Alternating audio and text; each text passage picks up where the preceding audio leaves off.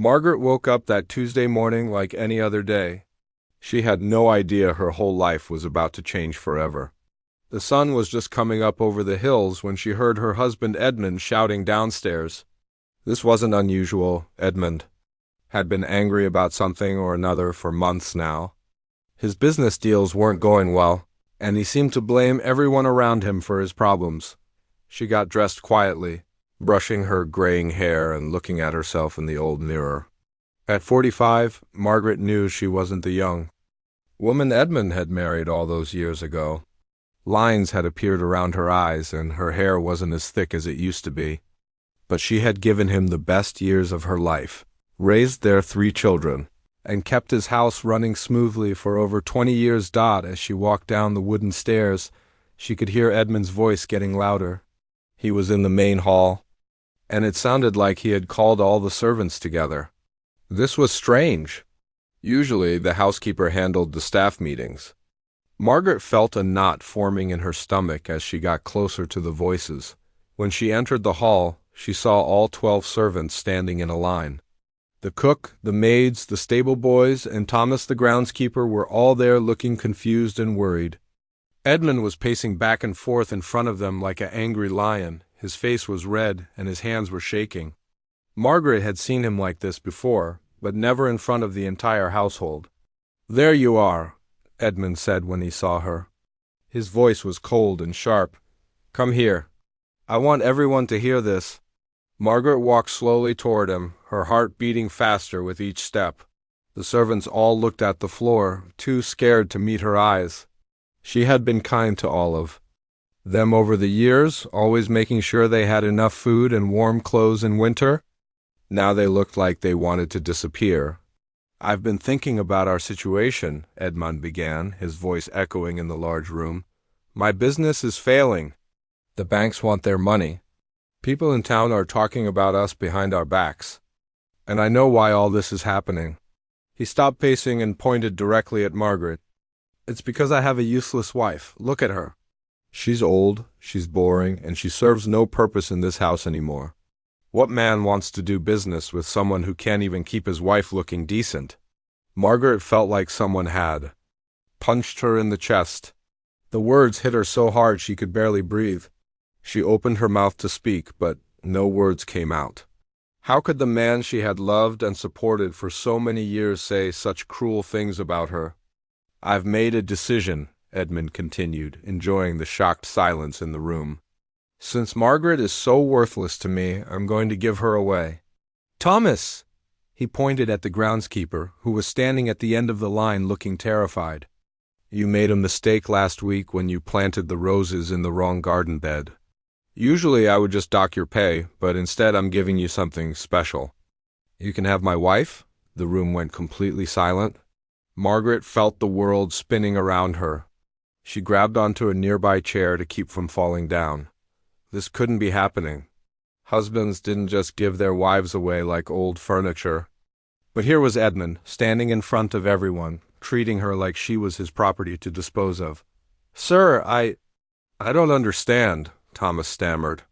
He was a good man, about 7 years younger than Margaret, who had worked on their land for many years. He had always been respectful and hard-working, never causing any trouble. His own wife had died from a fever some years back, and he had been alone ever since. "It's simple," Edmund said with a cruel smile. "She's your problem now. Maybe you can find some use for her that I couldn't. She can cook, she can clean, and she's used to taking orders. Consider it your punishment for being careless with my garden."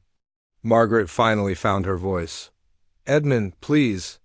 We can talk about this privately. There's no need to involve everyone else." Her voice was shaking and tears were starting to form in her eyes. She felt so small and humiliated standing there while everyone stared at her. "There's nothing to discuss," Edmund snapped. "I've made up my mind. You're no longer my wife. You belong to Thomas now.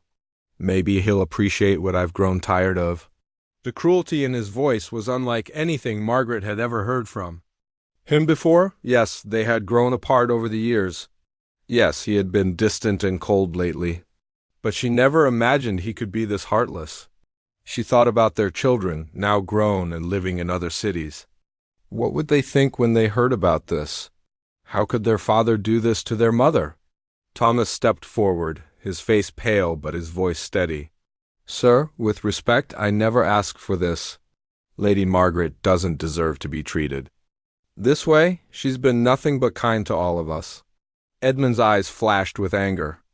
Are you questioning my decision, Thomas? Because I can easily find another groundskeeper. There are plenty of men looking for work these days. Thomas fell silent, knowing he couldn't afford to lose his job. He had no family left and nowhere else to go, but Margaret could see in his eyes that he was as shocked and disgusted by Edmund's behavior as she was. Pack your things, Edmund told Margaret, turning away from her like she was already gone. I want you out of the main house by sunset, Thomas. She's your responsibility now. Don't bring her around here unless I call for her. As Edmund walked away, the servants slowly began to leave, whispering quietly among themselves. Margaret stood there in the empty hall, feeling more alone than she had ever felt in her entire life. Her legs felt weak, and she had to sit down. On the chair she had been gripping, Thomas approached her carefully, like she was a wounded animal that might run away. My lady, he said softly, I'm so sorry this happened. Please know that I had nothing to do with this. Margaret looked up at him through her tears. Thomas had always been a gentleman, with kind eyes and calloused hands from years of working in the soil. He was nothing like Edmund, no fancy clothes or educated accent, but there was something honest about him that she had always respected. I know, she whispered. You're a good man, Thomas. I don't blame you for any of this. They stood there in awkward silence for a moment, both trying to understand what had just happened. Margaret's mind was racing with questions. Where would she go? What would she do? She had never lived anywhere but in this house since her marriage. She had no money of her own, no skills that anyone would pay for. As the afternoon sun streamed through the tall windows, Margaret realized that the life she had known for 23 years was over. She was no longer Lady Margaret, the respected wife of a wealthy landowner. She was now just a woman who had been thrown away like yesterday's newspaper, given to a servant as punishment for something she didn't even understand. But as she looked at Thomas's worried face, she saw something she hadn't seen in her husband's eyes for years, genuine concern for her well-being. Maybe, just maybe, this terrible day might lead to something she had never expected. Margaret spent the rest of that terrible day packing her belongings into 2 small wooden boxes. 23 years of marriage and everything she truly owned could fit into 2 boxes. Most of the beautiful dresses, the jewelry, even the books she loved. Edmund had made it clear that those belonged to the house, not to her. She could only take her simple clothes, a few personal items, and the small Bible her mother had given her when she got married. Her hands shook as she folded each piece of clothing. Every item reminded her of a different time in her life. The blue dress she wore to her daughter's wedding, the warm shawl she knitted during the long winter when Edmund was away on business, the simple gold ring that had once meant so much but now felt heavy and meaningless on her finger. As the sun began to set, she heard a gentle knock on her bedroom door. My lady, came Thomas's quiet voice. I don't mean to bother you, but I wanted to speak with you before evening comes. Margaret wiped her tears and opened the door. Thomas stood there holding his old work hat in his hands, looking more nervous than she had ever seen him. His clothes were still dirty from working in the gardens all day, but his eyes were kind and worried. I've been thinking all afternoon about what happened, he said, speaking slowly and carefully. I want you to know that I will never treat you the way he did. Never. You are Lady Margaret to me, and you always will be. Margaret felt fresh tears coming to her eyes, but this time they weren't just from sadness. No one had spoken to her with such respect in months. Thomas, you don't have to call me that anymore. Edmund made it very clear that I'm not a lady of this house any longer. With respect, my lady, Edmund can take away your title, but he can't take away who you are. You've been kind to me and my fellow workers for 15 years. You brought me soup when I was sick with fever. You made sure I had warm clothes when winter came early. You even helped me write the letter to my sister when I couldn't find the right words. That's the kind of person you are, and that won't change because of what happened today? Thomas paused and looked down at his hat. I have a small cottage on the far side of the estate, near the old oak tree. You've probably seen it when you take your walks. It's not fancy like the main house, but it's clean and warm. I want you to have it. Margaret stared at him in confusion. I don't understand. Edmund said I belong to you now. Doesn't that mean that you would expect me to? She couldn't finish the sentence. The thought of being forced into any kind of relationship made her feel sick. Thomas's face turned red, and he shook his head quickly. No, my lady, no, I would never. What Edmund did today was wrong. You don't belong to anyone. You're a human being, not a piece of property. I may be just a groundskeeper, but I know right from wrong. He took a deep breath and continued. Here's what I'm thinking. You take the cottage, and I'll move back to the small room above the stables, where I used to live. You'll have your privacy and your dignity. I'll make sure you have food and firewood, and I'll help you with anything heavy that needs moving, but your life is your own. Margaret sat down on the edge of her bed, overwhelmed by this unexpected kindness. In one day she had gone from being treated like garbage by her husband to being offered genuine respect by a man she barely knew. Thomas, I can't ask you to give up your home for me. That cottage is yours. You've earned it through years of hard work. My lady, I've been alone in that cottage for 5 years now, ever since my dear wife passed. It's too big for just me, and sometimes the silence gets so loud I can barely stand it. If you're there, even if we barely speak to each other, at least I'll know that someone kind is nearby. That would be a comfort to me. Thomas fidgeted with his hat some more, then looked directly at her. Besides, I have an idea. You know so much about running a household, about managing things. Maybe you could help me plan the gardens better, or help me with the paperwork that comes with maintaining the grounds. I'm not very good with reading and writing, and you're so smart about those things. We could help each other. Margaret felt something she hadn't experienced in years, hope. Here was a man offering her not just shelter, but a purpose. Edmund had spent months telling her she was useless, but Thomas was suggesting she still had valuable skills to offer. You really mean this? She asked. You're not just being kind because you feel sorry for me? I mean every word, Thomas said.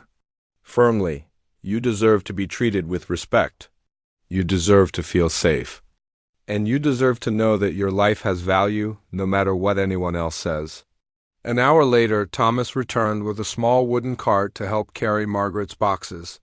The walk to the cottage took about 10 minutes through the gardens and past the old stone wall that separated the main grounds from the working areas of the estate.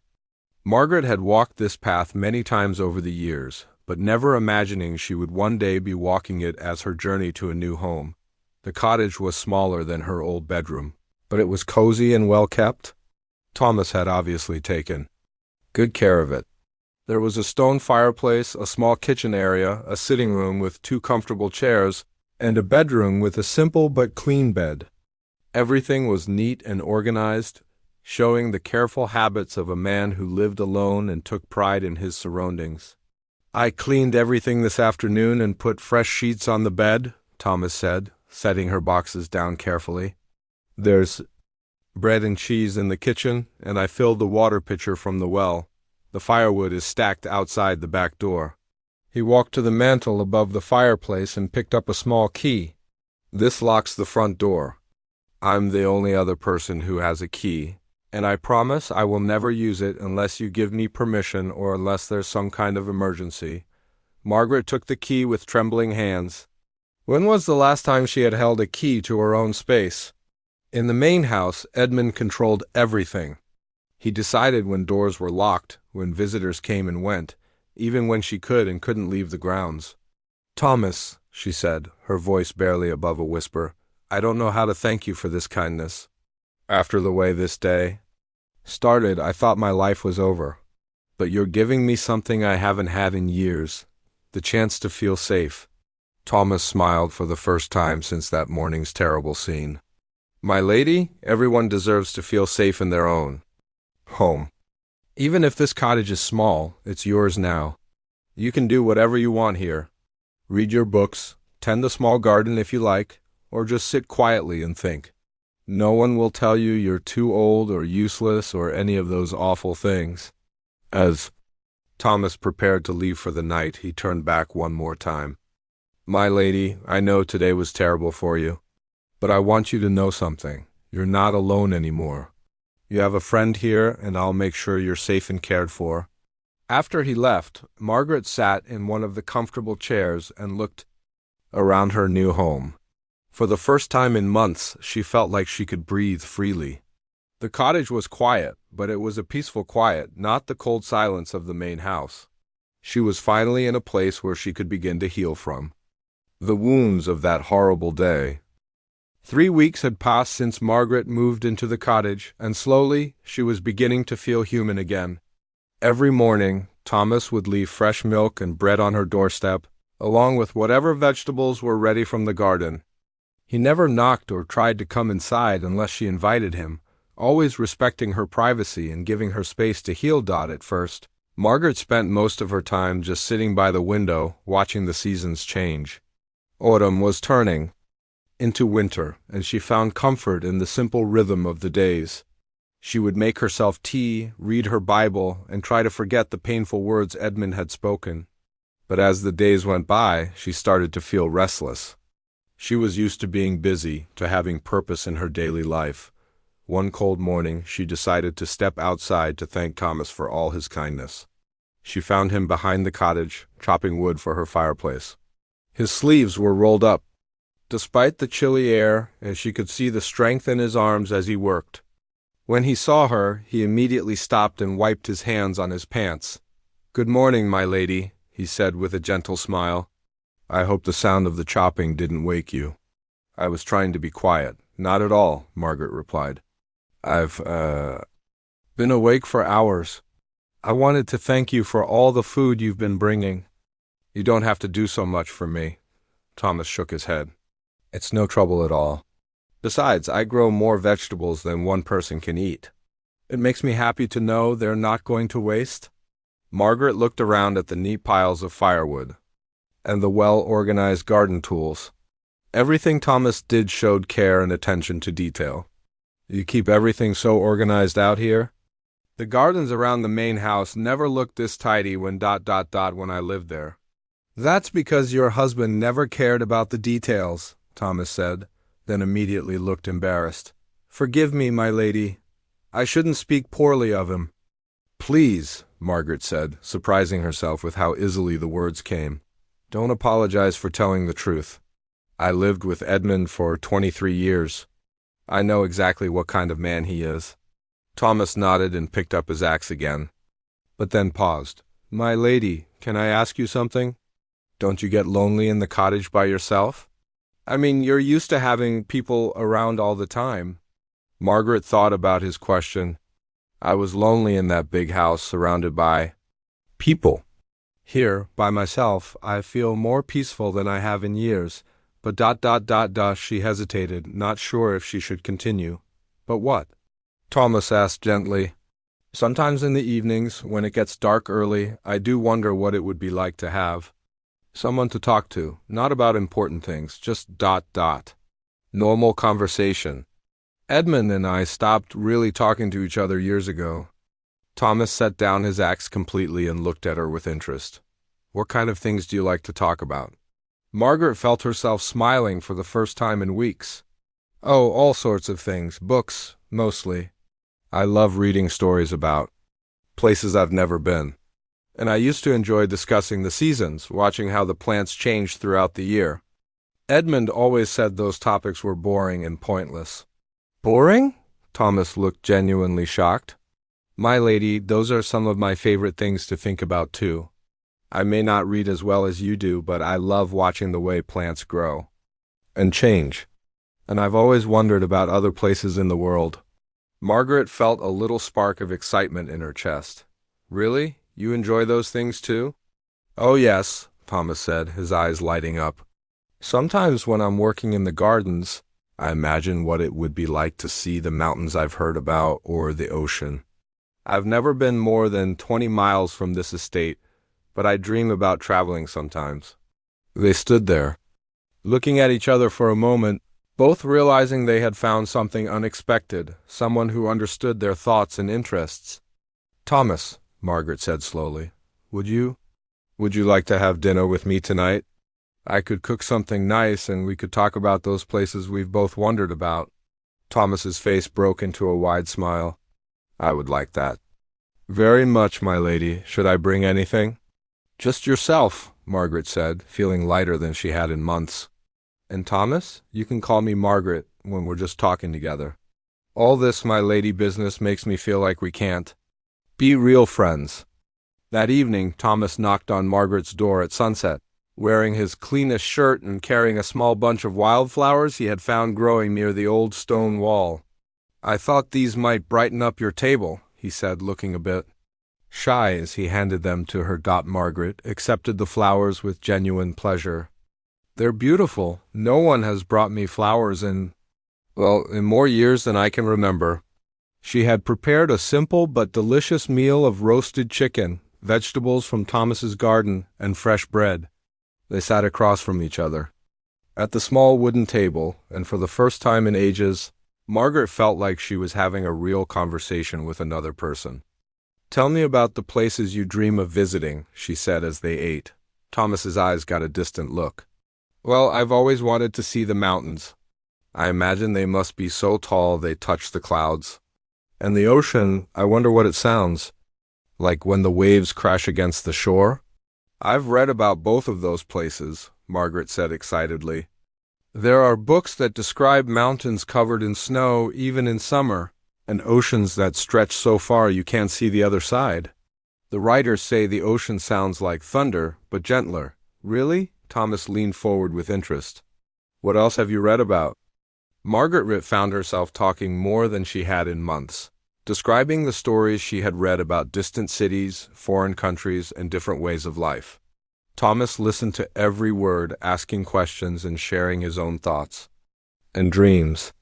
"You know," Thomas said as they finished eating, "I always thought I wasn't smart enough to understand books and learning. But listening to you talk about these places, I feel like I can almost see them in my mind." "Thomas, you are one of the smartest people I've ever met," Margaret said, meaning every word. "You may not have had fancy schooling, but you understand so much about life and nature and people. Edmund went to the best schools money could buy, but he never had conversations like this with me." Thomas looked down at his plate, clearly moved by her words. "My wife used to say something similar. She always told me that there are different kinds of smart, and that knowing how to grow things and fix things and understand people was just as important as knowing how to read fancy books." "She sounds like she was a wise woman," Margaret said gently. "She was," Thomas replied. I think she would have liked you very much." As the night grew later, they moved their conversation to the chairs by the fireplace. Thomas told Margaret stories about his travels as a young man before he settled down to work on the estate. Margaret shared memories of her children when they were small, and the dreams she used to have before her marriage became cold and distant.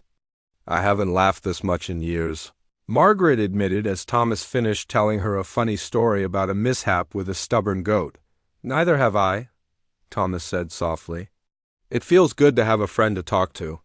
As Thomas prepared to leave that night, both of them knew something important had changed. They weren't just two lonely people thrown together by circumstances anymore. They were becoming real friends, people who genuinely enjoyed each other's company and conversation.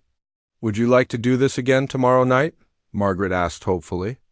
"I would love nothing more," Thomas replied, and Margaret could see in his eyes that he meant it completely. Winter had settled over the estate, and Margaret's evening dinners with Thomas had become the best part of both their days.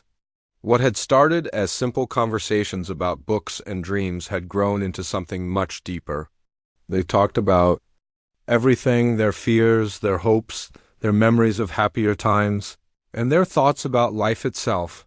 Margaret found herself looking forward to Thomas's gentle knock on her door each evening. She would spend extra time preparing their meals, not because she had to, but because she wanted to create something special for someone who had shown her such kindness. Thomas, for his part, would finish his work early each day so he could wash up properly and spend more time with her. One particularly cold evening in December, Margaret was preparing dinner when she heard urgent knocking at her door. This wasn't Thomas's usual gentle tap. Someone was pounding hard and fast. When she opened the door, she found Thomas standing there with worry written all over his face. "Margaret," he said, forgetting all formality in his concern, "there's been an accident at the main house. One of the maids slipped on the icy steps and hurt herself badly.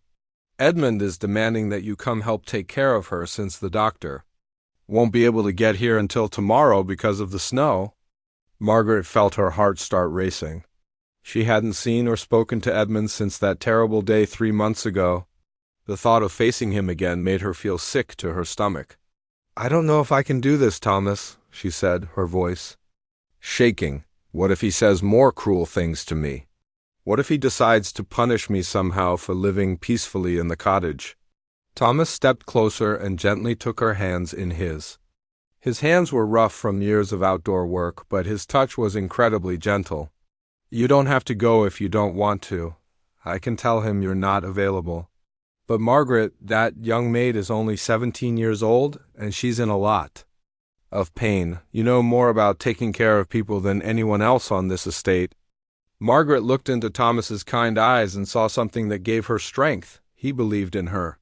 He knew she was capable and strong, even when she didn't feel that way herself. "You're right," she said, squaring her shoulders. "That poor girl needs help, and I do know how to care for injured people. I won't let my fear of Edmund stop me from helping someone who's hurting." "I'll come with you," Thomas said immediately. "You don't have to face him alone." Together, they walked through the snowy paths to the main house. Margaret hadn't been inside since the day she left, and everything looked exactly the same, yet somehow completely different. The rooms that had once been her home now felt cold and unfamiliar. They found the injured maid, a sweet girl named Lucy, lying on a small bed in the servants' quarters. Her ankle was swollen and she was crying from the pain. Margaret immediately went to work, gently examining the injury and speaking softly to comfort the frightened girl. "It's going to be all right, dear," Margaret said, her natural caregiving instincts taking over. "I don't think it's broken, but it's definitely sprained. We need to keep it elevated and put cold compresses on it to reduce the swelling." For the next several hours, Margaret worked tirelessly to make Lucy comfortable. She sent Thomas to gather certain herbs from his garden that would help with pain and swelling. She organized the other servants to take turns sitting with Lucy through the night. She even convinced the cook to prepare special broth that would help the girl regain her strength. Edmund appeared several times during the evening, but each time he saw how efficiently Margaret was handling everything. He said nothing and walked away. It was clear that despite his cruel words months earlier, he knew she was the most capable person on the estate when it came to caring for others. As the night wore on and Lucy finally fell into a peaceful sleep, Margaret and Thomas found themselves alone in the small servants' kitchen. Margaret was exhausted but felt a deep satisfaction in having helped someone in need. "You were amazing tonight," Thomas said, watching her as she cleaned her hands at the wash basin. "The way you took charge and knew exactly what to do, it reminded me of how capable and intelligent you really are." Margaret looked at him with tired but grateful eyes. "I had forgotten what it felt like to be useful, to know that I could make a real difference in someone's life. Thank you for encouraging me to come tonight, even though I was scared." Thomas moved closer to her, his expression serious and tender. "Margaret, I need to tell you something.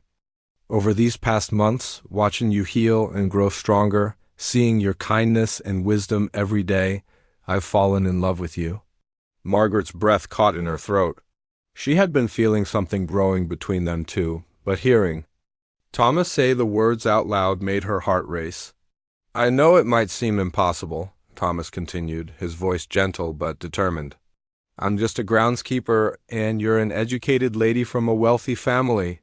But I love everything about you, your mind, your heart, the way you see beauty in simple things. the way you care about other people. I love you for who you are, not for what you can give me or how you make me look to other people." Tears began to flow down Margaret's cheeks, but they weren't tears of sadness. They were tears of joy and relief and wonder. "Thomas," she whispered, reaching up to touch his face gently, "I love you too. I didn't think I was capable of feeling this way again. Edmund made me believe I was too old, too boring, too worthless for anyone to love. But you see me differently. You make me feel valued and beautiful and alive." Thomas cupped her face in his hands, looking at her like she was the most precious thing in the world. "You're beautiful, Margaret. Not just your face, though I think you're lovely to look at, but your spirit, your kindness, your strength. That's what makes you truly beautiful. And you're not too old for anything. You're exactly the right age to be loved the way you deserve to be loved." They stood there in the quiet kitchen, holding each other and letting the truth of their feelings settle between them. For Margaret, it was like waking up from a long, sad dream. For the first time in years, she felt completely accepted and cherished for who she really was. "What do we do now?" Margaret asked softly. "Edmund still considers me his property, even though he threw me away. And people will talk if they find out about us." Thomas was quiet for a moment, thinking carefully. "I don't care what people say about me. I've never cared much about what others think. But I don't want to cause trouble for you. Maybe we should keep our feelings private for now, until we can figure out the best way forward." Margaret nodded, understanding the wisdom in his words. "You're right. But Thomas, I want you to know that what I feel for you is real and strong. Whatever happens, I'm grateful that you showed me what true love actually feels like." As they prepared to leave the main house and return to their quiet cottage, both Margaret and Thomas knew their lives had changed forever that night. They had found something rare and precious, a love based on genuine understanding, respect, and appreciation for each other's true selves. Walking back through the snowy garden together, Margaret realized that Edmund's cruel punishment had led her to the greatest gift of her life. In trying to hurt her, he had actually freed her to discover what real love could be. Spring had arrived, and Margaret had never felt more alive. She and Thomas had been secretly meeting every evening for months, sharing quiet dinners and long conversations by the fireplace. Their love had grown stronger with each passing day, but they had been careful to keep their feelings hidden from the rest of the estate. Margaret was tending to the small herb garden she had started beside her cottage when she heard the sound of horse hooves approaching fast. She looked up to see a rider coming toward her at full speed. As the horse got closer, she recognized one of the servants from the main house, looking panicked and out of breath. "Lady Margaret," the young man called out as he jumped down from his horse, "you need to come quickly. Master Edmund is in terrible trouble. The bank officials came this morning with papers. They're taking everything, the house, the land, all of it. He owes more money than anyone realized." Margaret felt her heart sink, not for Edmund, but for all the innocent servants who would lose their jobs and homes. "What about all of you? Where will you go?" "That's just it, my lady. Master Edmund is telling everyone that it's all your fault. He's saying that if you hadn't been such a useless wife, he would have been more successful in business. He's actually blaming you for his failure." Margaret felt anger rising in her chest. Even after throwing her away like garbage, Edmund was still trying to make her the reason for his problems.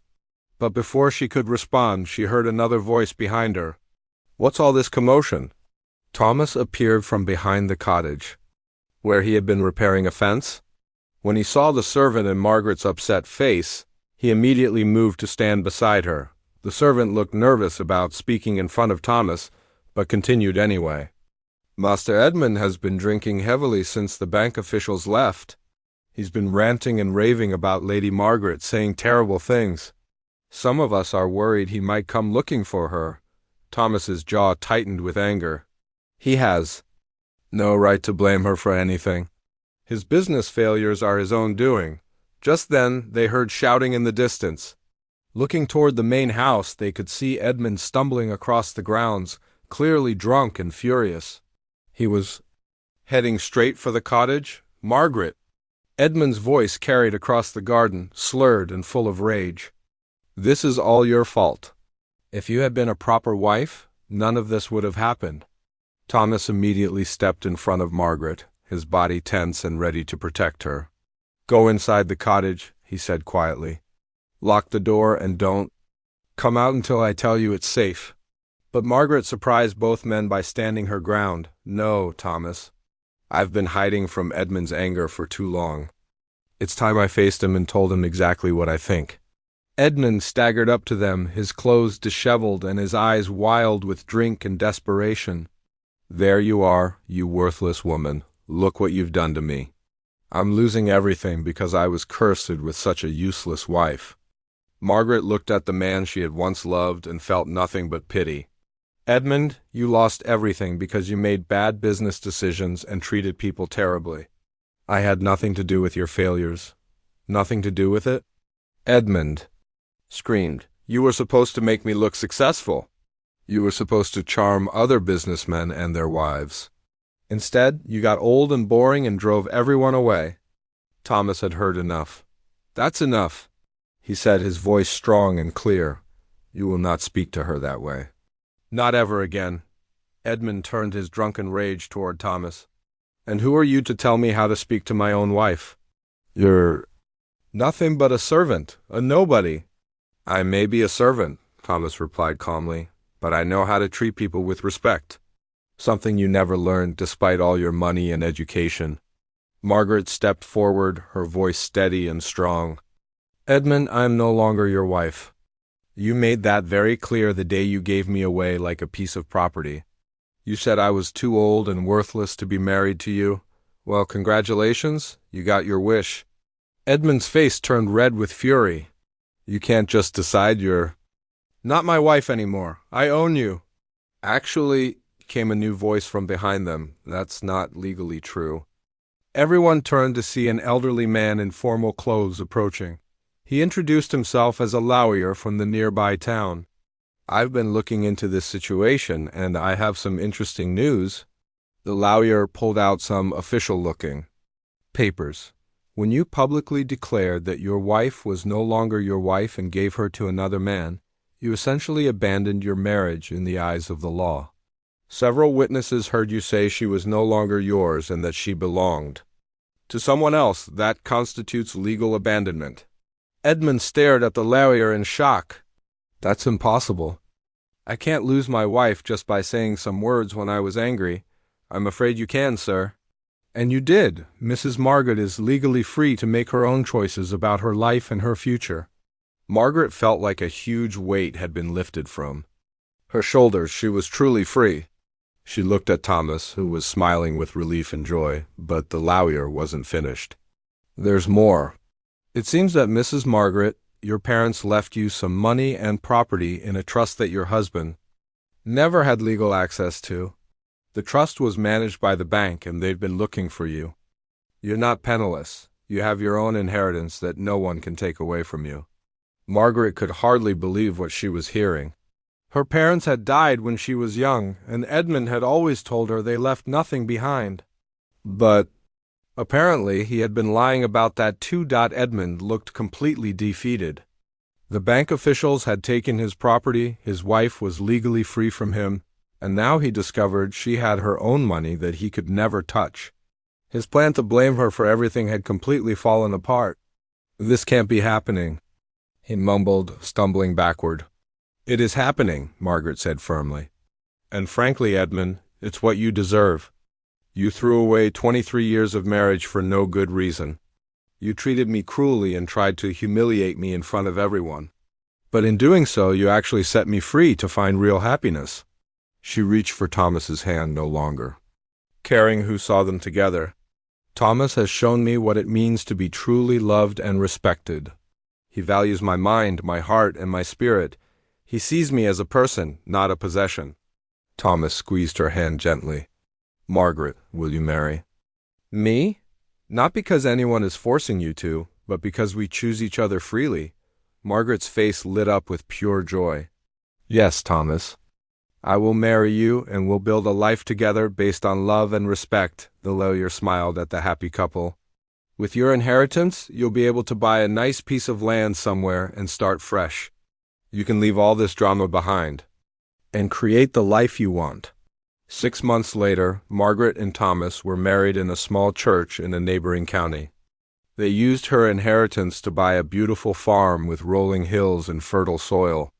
Margaret used her intelligence and organizational skills to help manage their finances and plan their crops, while Thomas used his knowledge of farming to make their land productive and profitable. Edmund lost everything and was forced to leave the area in shame. The servants found new positions with kinder employers, and many of them stayed in touch with Margaret, who had always treated them with kindness. On quiet evenings, Margaret and Thomas would sit on their porch, watching the sunset over their own land. Margaret would often think about how Edmund's cruel punishment had actually been the greatest gift of her life. It had led her to discover her own strength, her own worth, and most importantly, it had led her to a love deeper and truer than she had ever imagined possible. Do you ever regret any of it? Thomas asked one evening, holding her hand as they watched the stars come out. Not for a single moment, Margaret replied, smiling at the man who had saved her from a life of misery and shown her what real love looked like. Sometimes the worst things that happen to us lead to the best things in our lives.